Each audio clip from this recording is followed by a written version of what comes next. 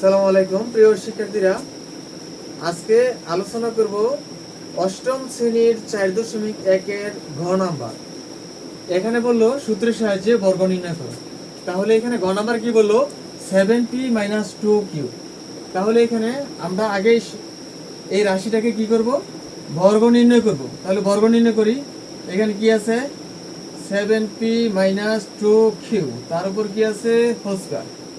আচ্ছা, আমি এই 7p রে এ চিন্তা করলাম আর 2q রে বি চিন্তা করে এখানে a - b হোল স্কয়ারের একটা সূত্র আছে। এখানে আমরা জানি কি a - b তার হোল স্কয়ার সমান সমান a square - 2ab plus b square.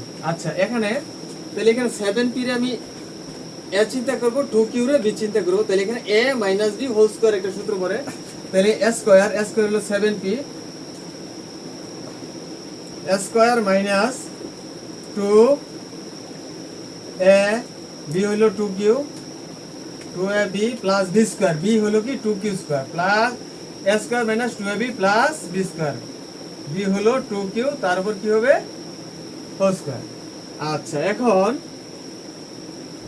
এখানে 7 এর উপর স্কয়ার আছে, ডাবল 7, 7 7 কত হয়? 49। p এর উপর স্কয়ার আছে দুইটা p, p গুণন p, এখানে p into p, p p কি হয়? p square. তাহলে এখানে p স্কয়ার। এখানে মাইনাস চিহ্ন আছে, মাইনাস দিয়ে দিলাম। এখানে সংখ্যা আছে কি? এখানে 2 7 2। তাহলে আমরা গুণ করে দেই সংখ্যাগুলা। 7 দুগুণে 14, 14 দুগুণে কত হয়? 28, 28। আর এখানে সহগ আছে pq, এই pq লিখে দিতে হবে। এখানে প্লাস চিহ্ন দিয়ে দিলাম। এখানে 2 এর উপর স্কয়ার আছে, তাহলে ডাবল 2। তাহলে 2 দুগুণে কত হয়? 4, কিউ এর উপর স্কয়ার, এই হলো কিউ স্কয়ার। এই আনসার। আশা করি সবাই বুঝতে পারছো।